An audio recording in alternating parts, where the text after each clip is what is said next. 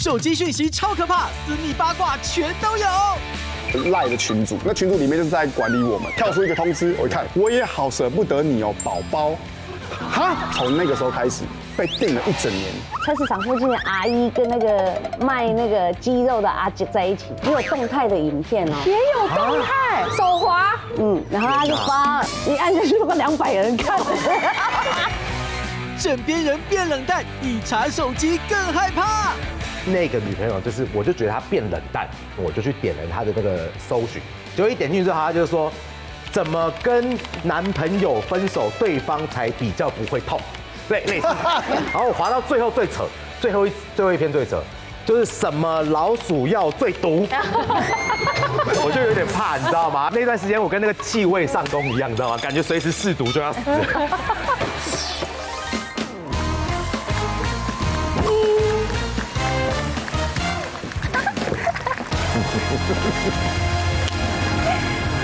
欢迎收看《女王大人》。晚安，晚安，你好。陈哥帮帮我，不然我这一次真的瓦塌啦。说吧，发生什么事了？事情是这样的，我老公生日快到了，我想说做个手工柠檬蛋糕给他惊喜。很好。可是我完全不会做甜点啊，所以我就上网去找老师报名。结果一进教室，天哪！老师是一位超帅的小鲜肉，身高大概180，身材紧实，线条分明。他一整面的6块肌，哇，简直秀色可餐呐！重点是长得有点像许光汉。请收起你用餐的表情。好，课上完之后，我回家照着做。也不知道是哪个环节出错了，我做出来的柠檬蛋糕味道好奇怪，我就传烂问老师哪里有问题。老师说很好，马上传了详细的步骤跟他自己做的照片给我看。后来我照着那个步骤成功的做出来了，我就很高兴的跟老师说：“老师你好会做，想吃你的。”我好死不死被老师都看到这个对话了，而且他还看了老师的LINE图像。又帅又有6块肌，瓦塌啦！我塌了。前缘一口咬定我出轨了。这种吃来吃去的对话，谁看到不误会啊？今天我们邀请到5位来宾，他们就要来分享呢，在另一半的手机里面都有哪一些不为人知的秘密，还有在他们的群组里面到底都吃了哪些有趣又离奇的瓜呢？欢迎他们组长来。首先欢迎黄小柔。Hello， 欢迎阿火。还有，欢迎朱雨萌，还有帅帅的啦，欢迎我们的新朋友凯凯，欢迎陈怡，还有新娘子，还有很美啊，欢迎大家，欢迎，今天有新朋友。Hello， 第一次来女王大人呢，好开心哦，很欢迎，终于被我盼到了。我们哈林哥的侄女，对，他是我舅舅。哇，家世显赫。我刚刚不是说家世显赫，难怪你说家世显赫。对，好，欢迎，今天跟我们来分享一下。最近分享的呢，都是跟手机有关的。对，现在人手一机，有人还不到2机呢。而且有人在手机上，他就变成另外一个人了。因为你看，在手机的群组里面，你可以自己选你要的昵称，然后你可以有自己的人设，还有图案，第二人格，所以你等于是把你的潜人格第二人格，就像那个马东石很爱 Hello Kitty 一样啊，他的手机壳都是 Hello Kitty， 反差萌。对，马东石对啊，他的手机壳都是 Hello Kitty， 真的啊。好，非常好。今天分享就是大家所熟悉的手机，但是呢，今天我们要分享的这个环节，手机群组瞎事多，竟然发生了这种事。发生了什么事？我的就是很荒谬。那这件事情会发生，是因为其实我朋友有一只狗狗养了10几年，然后有一天她跟男朋友去逛夜市的时候，狗狗走丢了。然后狗狗走丢是因为它好像是牵绳那个胸背带有点裂直，所以不知道为什么逛着断了。然后狗狗就在超级大观光客夜市里面走丢了，跟小孩走失一样，有够慌。而且养了10几小孩还会讲哦，狗狗不会讲。然后狗狗又长得很像，它是真的是急翻了。然后在我们各大群组，然后问说，哎，我在哪个知名的夜市，然后几点几分的时候，我狗狗在夜市走丢了。能够牵到不知道什么时候掉了，这也是厉害啊。对，不容易。他的绳子就像拿在手上，难道你不知道里面没有感觉吗？那么轻啊，这样子。就是可能就是没有感觉，然后就这样牵着，然后狗狗又走丢，然后因为它就是一把鼻涕一把眼泪，我们说没关系，现在网络无佛界，我们就是赶快每个人限时动态帮你分享一下，然后把狗狗照片贴出来，然后贴，因为我是广发手机的各大群组，然后有群组我就贴说，哎，不好意思，大家有没有看到？群发，结果谁看得到啊？真的看到了，很多人呢，真的看得到。什么找小孩、找老公、找老公也有群组啊，还有那种什么出车祸的啦，然后行车记录器，大家可不可以分享？分享行车记录器，对，哦，这也可以。对，然后4个小时过后呢，我有个群组回应了，那个群组是我的美食团购群组，因为我很常团购那种像有一些什么知名的富航豆浆、什么豆浆都会有代牌嘛，然后早上7点的时候可能在某个路口拿取。然后给他赚一点车马费，所以我加了很多这种知名美食代购群组。然后那个群组的那个就说，哎，我要去排某个凌晨才买得到的馒头店，我在那里看到这只狗，就是在那附近边上面看那只狗在徘徊，然后就是有一个背带，但它断到一半的感觉，然后他就说，是这一只吗？对，然后我一看就说，就它就是一只巧克力贵宾，然后背着胸背带，我说就是它，然后我就说有帮我捡起来吗？那只狗狗，他说有，因为我们看到它很危险，本来想带它去动物医院，然后所以现在是在我们家，这么巧，就是这么巧，太好了，所以以后真的要多加。对，然后后来隔天早上8点多的时候，我面交早餐的时候，顺便面交那一只狗，还要等到早上，一手交早餐，一手交狗。对，我一手交了一两说，我还永远记得，因为那太荒谬了。我就是背着一个像背娃娃的袋子，然后里面狗放着，然后买个早餐，然后顺便去洗头，然后我就想说这是什么荒谬画面，然后拍给我朋友看，说我有美食，有狗狗，然后在洗头，然后给朋友看，然后就想说，哎，是一个真的是本来是找不到狗狗的悲剧，然后没想到是喜剧收场，圆满收场对，然后真的很感恩，很幸运，对，圆满收场。你不讲，我们永远就认为这是戏剧情节。我觉得肯伸出援手，说不定都有机会，对不对？是多问一下，真的，对啊，这样竟然找得到，真是自己的孩子。照理说应该是找不到，因为这么可爱的狗，这么可爱的狗，嗲就回家。而且我也是乱传，如果一般正常逻辑思考，我绝对不可能把它贴在美食群组上面。对，那时候太急了，我就是群发。美食群组没有狗，只有热狗。对，是多饿。它是喜剧嘛，对不对？我的算是一个悲剧。你怎么可以笑着讲？我就会想说，对啊，群主为什么欢迎？你长这样才笑得出来，你真的不容易。笑着哭最痛啊，各位。是这样的，因为在这个疫情前哈，我们有一些朋友，然后很爱旅游，然后大家就会在这个群组里面，就会有人就说啊，那不然我当总务好了。分散大家的这个负担，我们每个月每个人就付个5000块存起来，旅游基金。群组有多少人？群组多少人？哎，大概12个，可是因为都是好朋友，这是跟会了吧？标会对啊，5000块，那5000就6万嘞。对，没错，每个月付6万，没有，因为你就是5000，大家就是存钱嘛，然后觉得时间差不多，哎，那我们就出去玩一趟这样子。哦，哇啊，是这样，就是一个很棒的旅游，很健康。可是因为疫情，听起来很贪心哎。为什么？我们就可以去欧洲什么，就不用一次付啊，得了哎。可是听起来不靠谱，不靠谱。的确不靠谱，因为后来就发生疫情，对，所以发生疫情之后不能出国，那时候不知道疫情会多久嘛，但是因为随着时间越来越长，然后后来就不能出国，也封城，不知道什么时候解禁，对不对？然后那大家就觉得说，那我们就不要付这个钱了，好不好？哎，那全部人都同意，先站脚。对，但是问题来了，就是不要付钱是 OK， 但真的会有人遇到状况。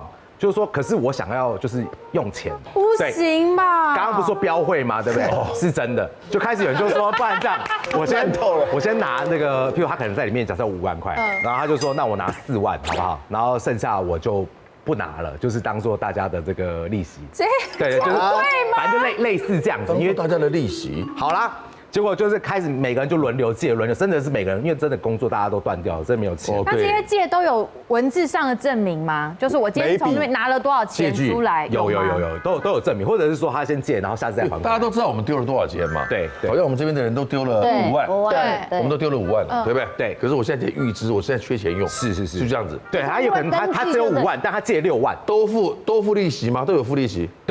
前面一开始有，然后所以我觉得很健康。我觉得反正既然是旅游群组变成标会，我觉得也 OK， 只要是个健康的会议就好，对吗？好，但随着时间结束呢，我也觉得差不多该到我这一期了吧，轮到我了吧，对不对？就当我要拿钱的时候，发现完了，我是最后一个，领完了，倒了，哇，会倒了，然后每个人都说还不出来，天哪，给不出来，大概亏多少啊？大概多少？大概50，我算了，我说不是我啦，我说 total。那你丢了5万，差不多超过吧，可能超过。乍听起来其实没有太大的问题，对乍听，但是当有预知的事情发生之后，就必须所有人比照办理。所以你想说，当有第一个人拿回他的钱的时候，其实就散，每个人全把钱领回去，就没事我们要完我们对就不会出现朋友跟朋友之间的那种那种拉扯，对，朋友扯到钱就是都是对，扯到钱都是悲剧。没办法，因为利息太诱人了嘛。你就想说，我等到最后一个，我可能就翻2倍，还是贪，你就贪心了，贪心了啦，贪，哇，漂亮，所有的损失都因为贪，对，漂亮。谢谢你分享这个很好的消息。对，好，喜剧，注意嘛。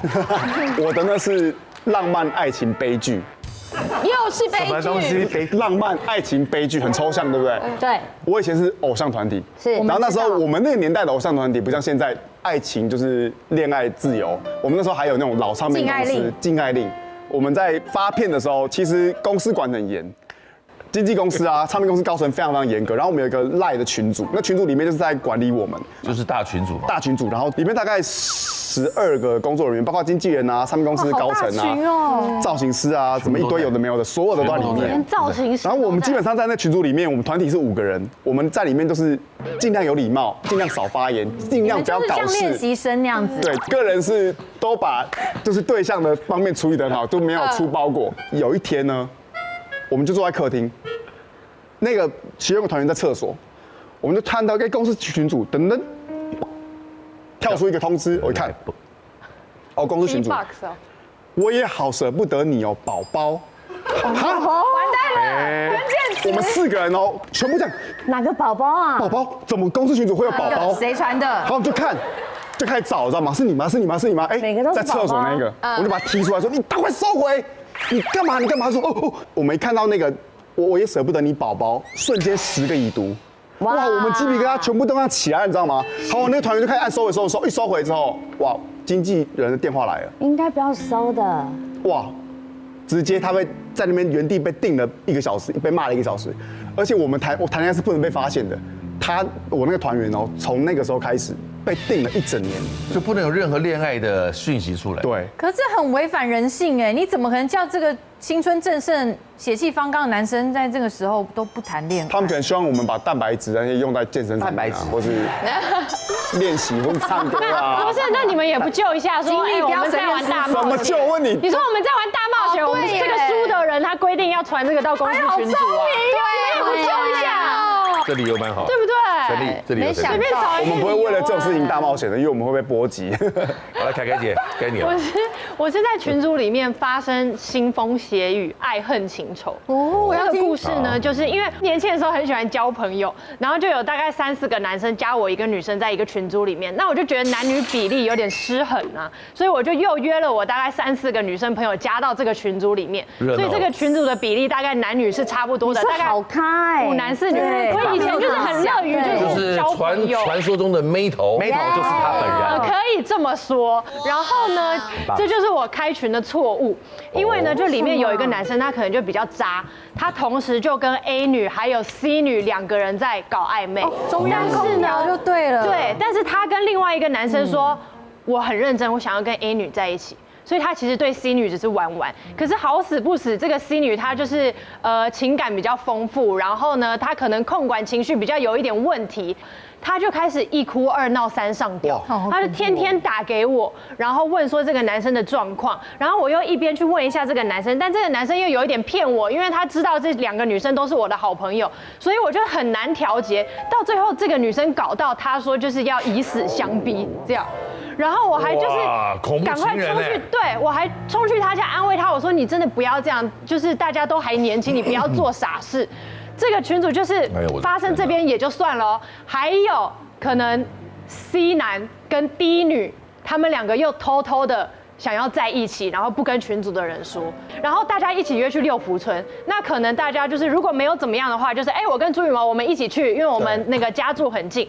那他们2个是明明就是一起去的，可是还要装作一个对，还要装作分开怎么样的，就是隐瞒这种事情，就很无聊。我好喜欢哦！其中明明别人就已经有看到他们从同一台车下来，他们还要说自己是分开来啊，什么之类的。这个就是网络版的那个《爱情公寓》啊。所以我这一个群组里面就发生很多爱恨情仇。爱恨情仇进来就是暧昧，什么爱恨情仇？可是因为我很累，因为我是就是我是那一个群组的那个头，比较因为我要照顾每个人的情绪，然后单位啊，制作单位比较累，制作单位比较累。然后我又是一个很重义气的人，所以我就要今天处理这个问题，明天要处理这个问题，然后我自己的问题都还没搞好，然后又要帮朋友，然后又有一些人说，听说你们这个群组很好玩，你们上次是不是去唱歌？我也要加入这个群组，我还要再接新的人，我就很无奈。但是呢，我们群组有一个人，他就是比较耳根就是两袖清风，耳根清净。这个人呢，就是阿虎啊，因为没有人愿意理他。你在里面啊？你也在那个群组里面，行情这么差。假装没事。我跟你说，这个群组就是单身级地狱，你知道吗？我就是永远在地狱岛的那一个，真的。你抓周啦，你是抓周都没有我的份，真的。我很想玩，没有人想跟你玩。不是，我跟你讲，他明明就找好基数是5个对5个，对不对？所以如果1对1，最后一个没得选嘛，就是 OK， 对不对？但是就是有人贪心，一个人要吃2个，满满的蛋白质，我怎么受了？那就没我的事了，你知道吗？那他讲是对的，可怜哦。那你就没戏了，没戏你就退团啊！不行啊，退群，不行，因为你要留在那边卡位，还会有新的，阿虎，你都捡剩的，我发现。发现他跟这个里面玩不了了，他就退群，然后我就会补一个新的。我跟你讲，要是我像你这种，我以前也组过，我跟你讲。你组过？组过，而且我跟你讲，要他们来巴结我，不是我来巴结他。我里面的妹多，帅哥多，你不来巴结我，然后你如果表现不好，超过几点你发言，然后比如说是有资格限制啊，我就直接把你踢掉啊。你的群组有游戏规则。当然啊，全部一定都是我朋友嘛。哦。那今天如果Wish好，比如说他最知道凯凯跟Wish 2个人看上眼了，那我就会私下就先解决Wish啊。你有女朋友，你有宝宝了耶！你居然还敢要主持公道？对，然后我就会跟他讲，他是有女朋友的啊，你们要玩的话，你们自己玩，不能伤心哦。我会先讲，要自己付代价啦。像我现在已经真的算不了了，你知道吗？现在能交换那个群组的都是社区群组。哦，听说他们很强很强，市场群组什么人都有。团吗？里面甚至有那种300-400个人。哎呦，哈！可是我就觉得那个版主做得非常好，他就是规定好，你今天不能瞎聊，你只要瞎聊 ，Hello， Jumi， 安安，你就被踢走了。一点点废话都不行。不行，好严格。不行，禁止闲聊。然后有一次，我想说，这种群主半夜都不会响，反正也都 OK 这样子。突然那天我也比较晚睡，那一天他可能我觉得可能他有点呛呛的，还是他喝醉了，就是，反正就噔噔噔噔噔噔噔噔就这样一直叫。然后我想说，我的手机怎么可能在这个时候叫呢？然后我想说，精彩了。果然好精彩什么？我不知道我们家那个菜市场附近的阿姨跟那个卖那个鸡肉的阿姐在一起，然后呢，她好像就是偷拍还是干嘛的，然后就拍他们2个在一起，然后就是半夜吗？亲密照半夜，然后最精彩的是，他们这个鸡肉摊的跟菜市场摊的，他们的另一半都在这群组。哇塞！女友收藏男模照，朱雨谋被迫下海。我跟他暧昧的时候，我就发现他非常喜欢去男模会馆，但那个时候我其实有点不太。你觉得他是怎么看你的呢？他会不会以为你有在兼差？对啊，他有问过我，但是我说我没有，我不能用外表评断一个人。你确定你没有？没有吗？真的，你也是蛮爱喝酒，你会不会就喜欢把它发展成一个职业？然后这也是我的电话，大家要不群的话，请联系。请赖他。对对对。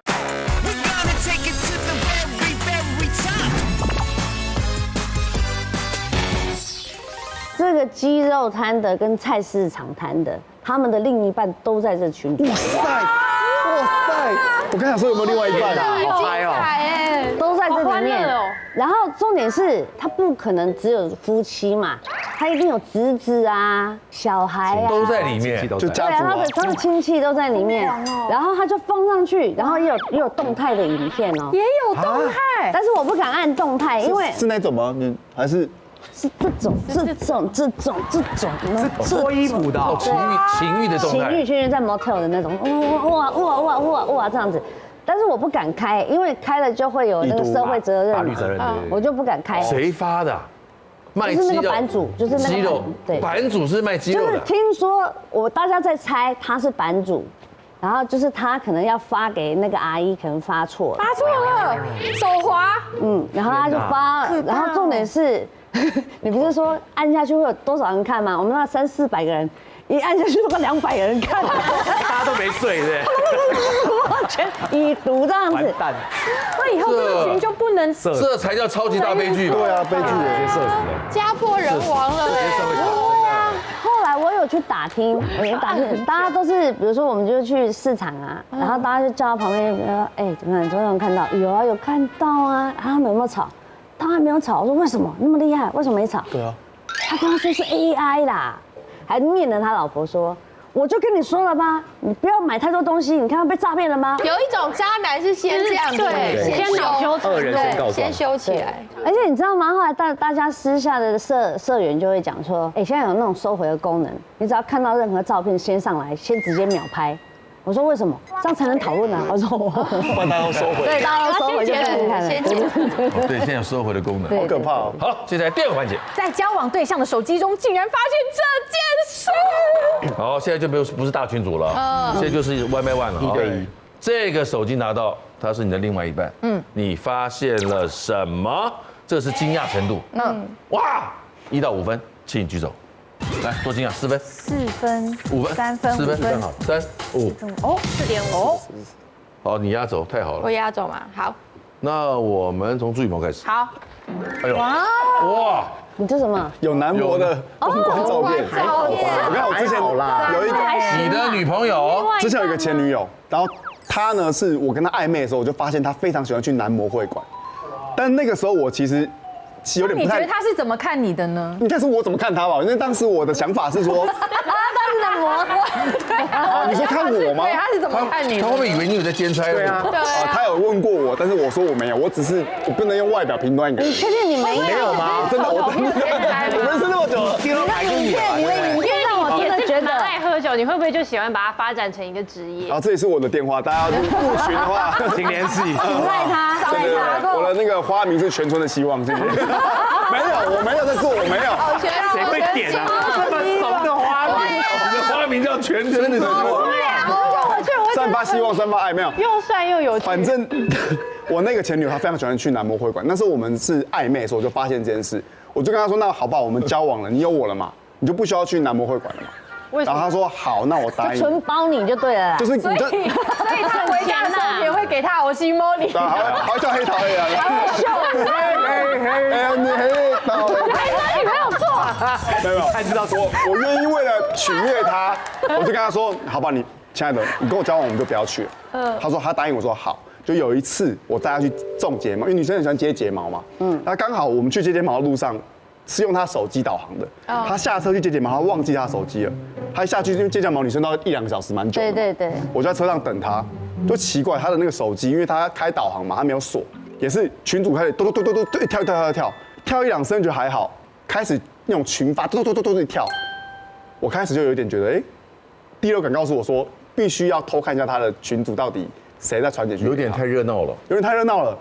我就手贱嘛，我就这样按了一下，一打开，她的闺蜜哦，我那个女朋友跟她的闺蜜们，她们里面全部都是男模的照片， ，nice，而且还有男模的 IG 哦，还好啦。还有男模的 IG，他们就是去男模会馆之后，他们就是交换 IG 交换 IG 或去问别人的 IG，然后他们会分享说，哇，上次那个很年轻，在跳舞，因为他们有时候男模进来会跳那个舞嘛，对，他们跳舞，然后他说那个腰力很好，这个很年轻，这个是什么？刚从南部上来台北，几岁？18岁弟弟，青春，这个也很壮，在健身，帅吗？对，就是各种菜色都有。但当下其实我最震惊的是，我以为是只有男生可能会去酒店啊，或者男生会在，因为男生常会有这种群组嘛，我一直以为是有男生会这样。那为什么只有男生可以有，女生不能有？我没有这样说，但是我很惊讶是哇，原来这么年轻的女生，她们居然有这样的群组，而且她们还会拍她们。他多年轻呢？她那时候才22、23哦。哦，那很年轻。对啊，然后男模店他们推陈出新哦，他们有各种的，就是那种秀舞啊，他们还会拍哦，拍他们那个各种舞蹈。那其实那个舞蹈也没有到很煽情，就是正常，但很好笑。都是让女孩开心嘛。对，他们气氛其实蛮好的，但是我比较不了解是他为什么要有那群主去 share 这些资源这样子，这些男生的男模的资料。因为男生也会做同样的事就是啊。看妹嘛，聊男生，对啊我就大概有点同理他的心态。然后他上车的时候有问他，亲爱的，你最近有去男模会馆吗？他说没有啊。我说你确定吗？他说我说哦好。对啊。好，我就把这件事放在我心里的盒子里。所以你会介意吗？我后来就想说，我有时候也会跟男生朋友也会说，这女生很漂亮，这样传过去，就觉得好像还好。好，我们下一个找谁啊？来，的人发现你差点即将要，会玩可是你的确有这个条件，可是不意外。跟我说句话啊，你倒是你有这个条件，因为这不是第一次吧？听我娓娓道来，冤枉啊，大人们！就是呢，当时我跟这个暧昧对象就非常的喜欢他，非常的上头。然后我觉得呢，我应该8、9不离10，就是会跟他在一起，因为他各方面都表现得很好。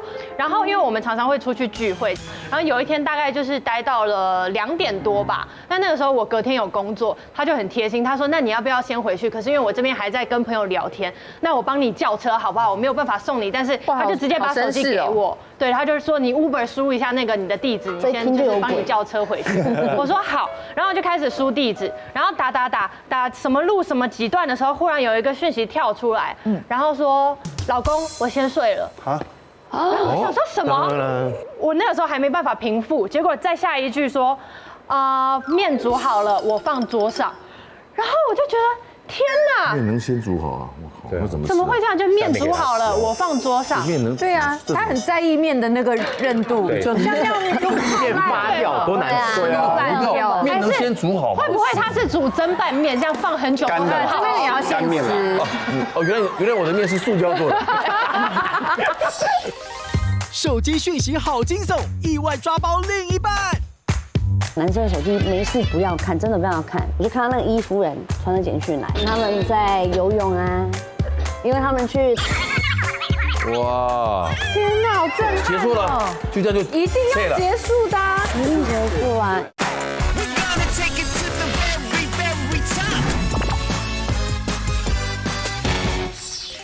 面能先煮好吗？会不会他是煮蒸拌面，这样放很久？干的，这边也要先吃。哦，原来我的面是塑胶做的。然后你们那时候其实是不是已经在一起了？没有，因为我是一个很想要结婚生子的人，所以我如果是确认关系的话，我就会把他当做我的未来的老公。对，我会把每一任当做我结婚的前提，但是我不一定会轻易的在一起。漂亮。对，那个时候那个男生是还没有确定关系，但是我觉得8、9不离10。哎呦！然后我一看到我就傻眼。可是我没有跟他讲，因为我觉得这趟车不搭白不搭，我就还是输了我的地址，所以还是有摊嘛，还是有摊，有啦，还是有摊，但是没有损失到。他要你输入地址，是不是想顺便知道你住哪里？没有啦，他真的就是也没有空知道，他也没有空去输那个确切的地址，因为我觉得这个事情应该就是已经铁板铮铮了，所以隔天我就没有跟他联系了，就直接断联。那他都没有问你说，怎么就突然？我就直接那个拉黑封锁他，因为我就觉得这个事情没有什么必要要解释的啦。就很明显是这个，你连问都不用问了。可是真的不管他到底有没有已婚，你就是还是有另外一个人就已经叫你老公了，然后也住在一起了。就算没有介入婚姻，人家也是在一起，有一个对，就没有什么好去研究或者是追问了。烂人，他不，人渣男，男人都因为他这样。可能并没有结婚，他只是有一个已经稳定的对象。这样也不喜欢用老公对啦老婆，但是就不能告诉他说哦我是单身，这不行。而且听起来另一半不太会煮面，不能先煮，对不对？不能先煮，还是很在意。先煮水，糊了。先煮水 OK， 对不对？你回来我帮你下面给你吃，这样哦可以。哦，对，对啊，我怀疑有人在开车，我没有证据。我也没有证据。因为还好大家都没有证据接你，我们都是很高尚的人。太棒了，难怪你不跟对方在一起。是。来，小罗先来。我跟你讲，男生有些时候手机千万不要乱看，前男友去多人运动。哦，因为我们在接跨年的工作，不可能前1个月接嘛。对， 3个月前就知道了。那他就说今年啊没关系啊，那我看你每一年都在工作，不然我们去跨年好了。然后就很感动啊，我想说啊，我好像从来没有跟自己的男朋友跨过年呢。我说好，那我们跨年。然后呢，大概10月的时间，有一次呢，反正我们就去一个 KTV 唱歌。那你知道吗？女生的第六感其实是非常强的。你只要坐着，只要其中有一个女的跟你的男朋友或老公有暧昧，你一定知道。曾经有过也知道吗？真的吗？你在看得出这来？就不一定。前女友正在我 ING 的就知道。这一个是我觉得比较扯的原因，是因为我突然扫过去，就突然一个非常极度不起眼，长得很像伊夫人的，有没有？超人特工队倒三角形，我就扫过去，我就觉得，怎么会是你？不可能长这个样子。然后再仔细一看，咦，可是他就是怪。不行，我从小我就跟自己讲说，我的第六感是死准的。然后后来我稍微就是探听了一下身边旁边的朋友，说，你知道那个伊夫人是谁吗？我说，他是我们的同班同学啊，什么啊，应该就是大家都一起来，认识很久了，认识很久，大家一起来这样子，你绝对先不能打草惊蛇。后来呢，到11月份的时候，我就要开始跟他确认说，我们时间快到了，那我们要订哪一家饭店，我们要去哪里？就是跨年嘛，我怕如果饭店订不到什么很麻烦，什么，他就开始支支吾吾。我说干嘛？什么意思？不是啦，你也知道，有些时候就是有些朋友就很麻烦呐。我说有些时候有些朋友的意思是，你跨年没有办法跟我一起哦。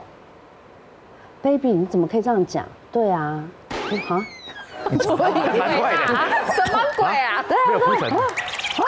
什么意思？他说，他们就硬把我加进去啊，我就是不想加，他们就说一定要大家一起，不然就是我就等于我是叛徒。那他可以带你啊。对，好来了，他们就说不能带另外一半。好多内心戏哦。带另外一半就是叛徒，就是没义气。就是什么，对，就不行，怎么样？所以都是男生。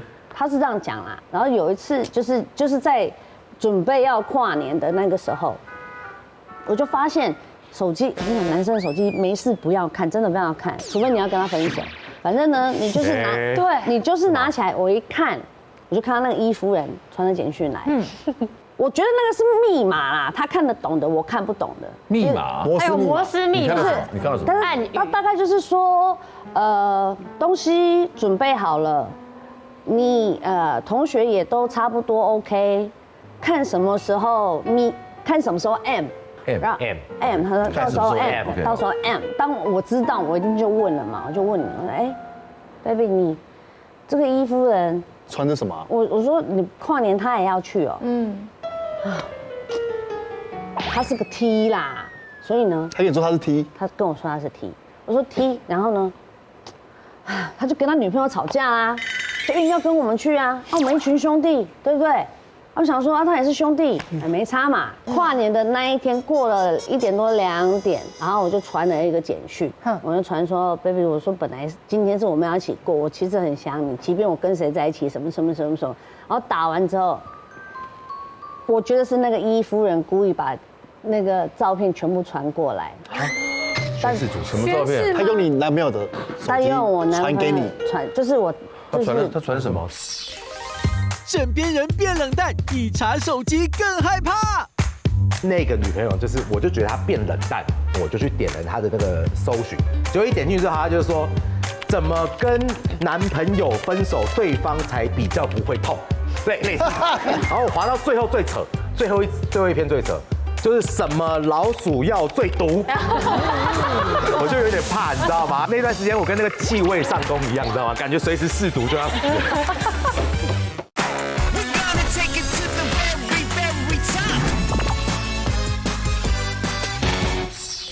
穿什么？穿什么？就传他们在游泳啊，因为他们去台中的 motel M 嘛，然后呢就跟他们的那群同学，然后还有就是大家都带女朋友啊，他带伊夫人，然后哇，伊夫人伊罩杯呢，哦，他是哇哦，看不出来，隐形的翅膀，所以 M 是 motel 的意思啊。对。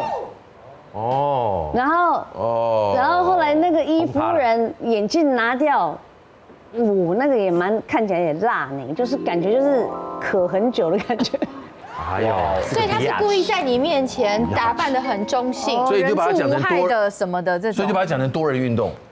他是多人运动啊，啊，他们去多人运动，真的多人运动吗？他们多人运动，他们就好几队这样子啊，然后就在 M 里面，然后就是大家在 motel 里像你面，不崩溃我哦？崩溃了，我哭惨了，我从信义区走回木栅，哇，天哪，好震撼！结束了，就这样就一定要结束的啊。一定结束啊，对不对一定结束啊。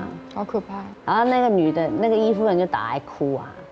打来哭，打来哭了，打给你那个哭。电话就一接嘛，然后我就说你接电话啊，你不是说他是 T 吗？那你就接啊。他说不要啦，不要啦。我说那你不接就有鬼蛮啊。瞎了这个人。然后他电话一接起来，然后那个伊夫人就讲说，他说你为什么不爱我？哦，这样，然后我听到好厉害的好厉害的黄小虎，黄小柔哦。没那么简单了，对。啊，阿虎哥，来，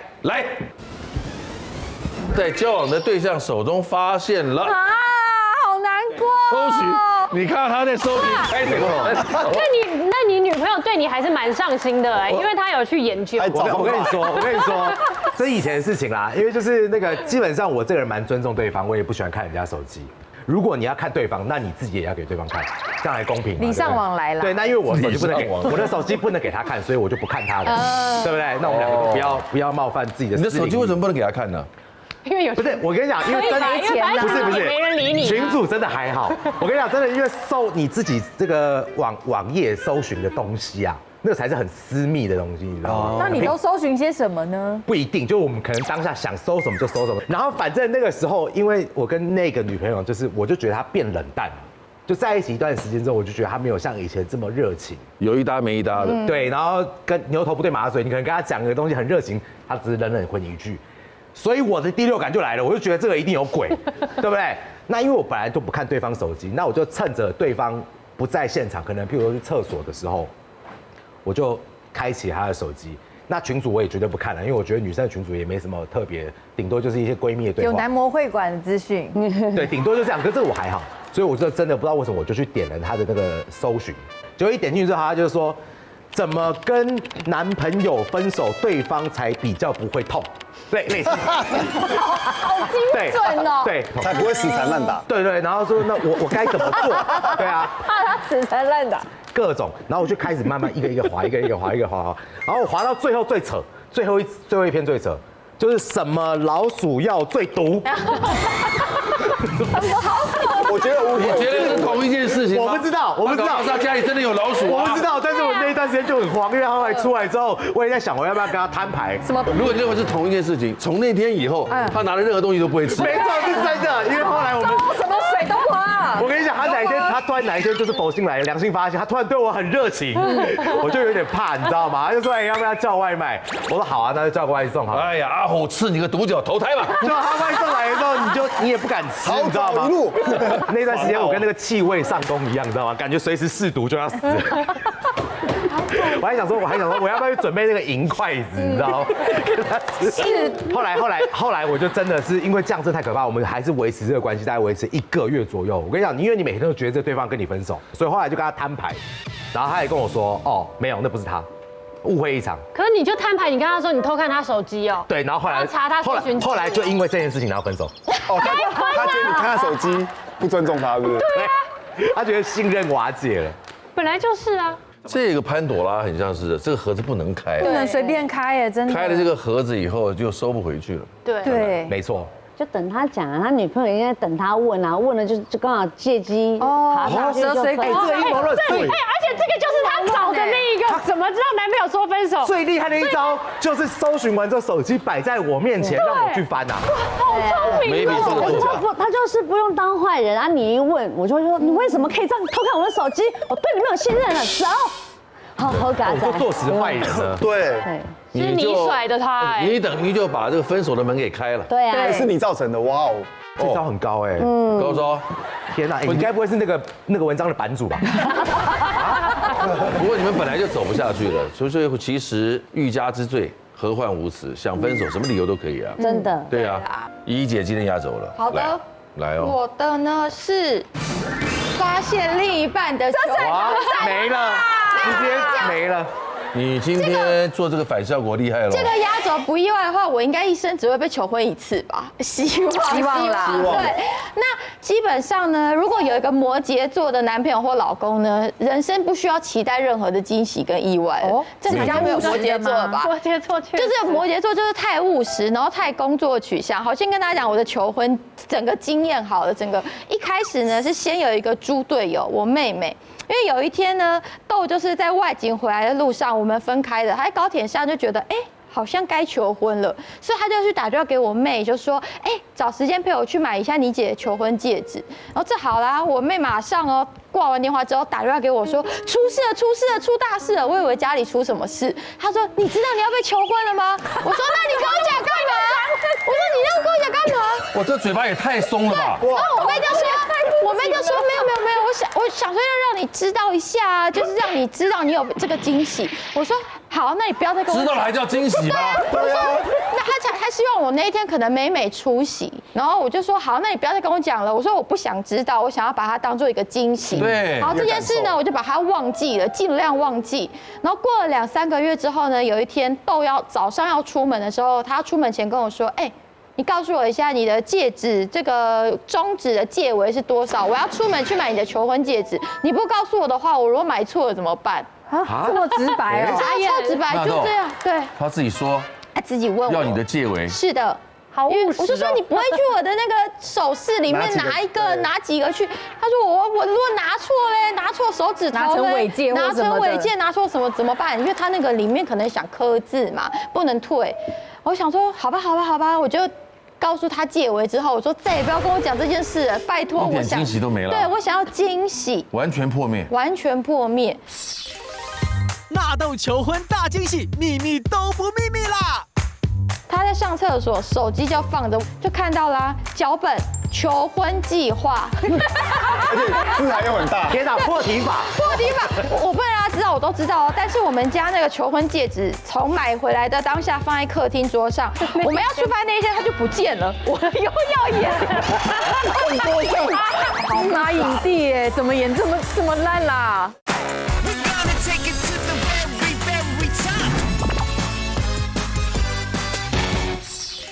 然后再过了几周之后呢，有一天他在上厕所，手机就放着。我真的是完全不想要看另外一半手机的人，但他的手机的内容全部都是摊在阳光下的，都没有那种你有新讯息，是直接看得到内容的那一种。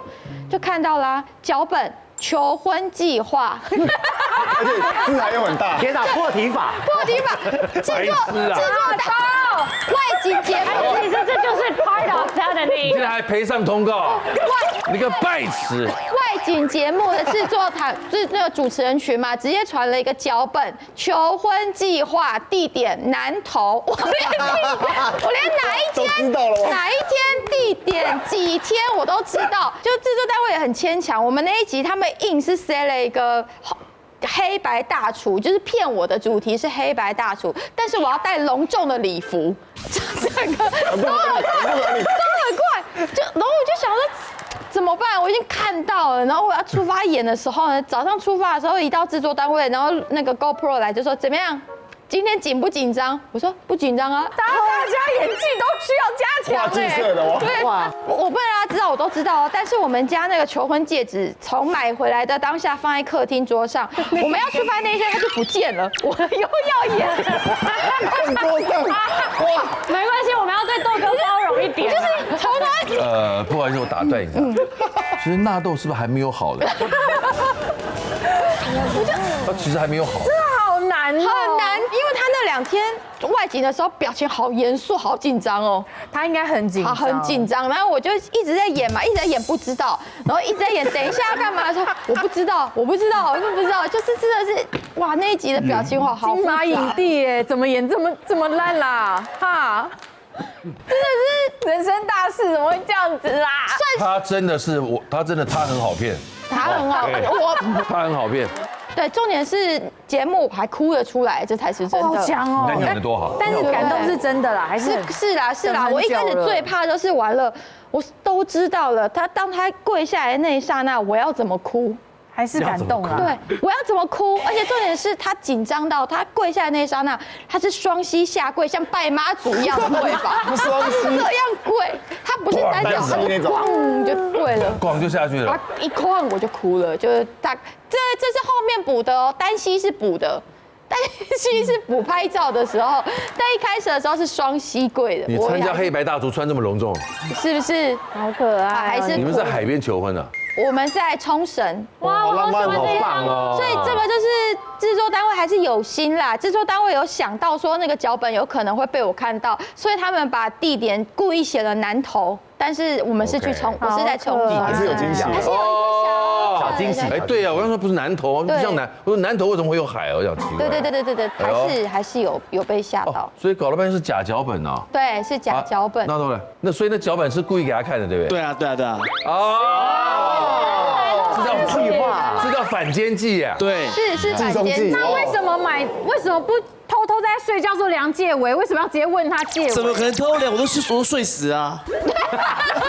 忍不住熬夜。他都先睡着，打呼。他拿那个皮尺要量戒围，量就睡着了。量不到。哦，所以是个反间计。对，这个想法是你的还是别人给你的？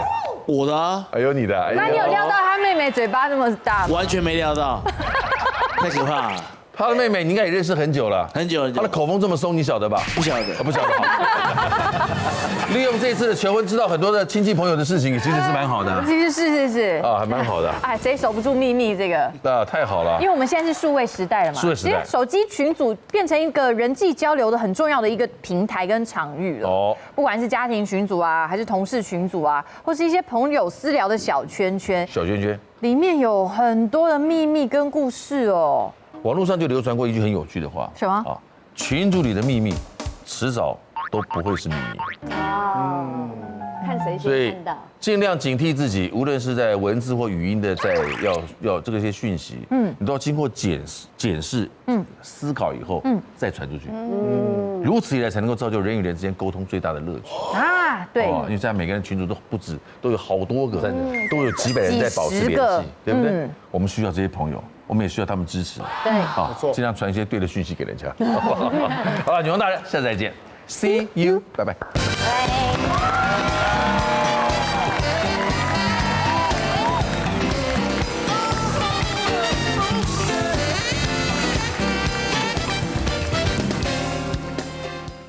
快订阅未来中文台 YouTube 频道，开启小铃铛就可以看到最新的女王大人哦。特别感谢嗨欧尼时尚美妆。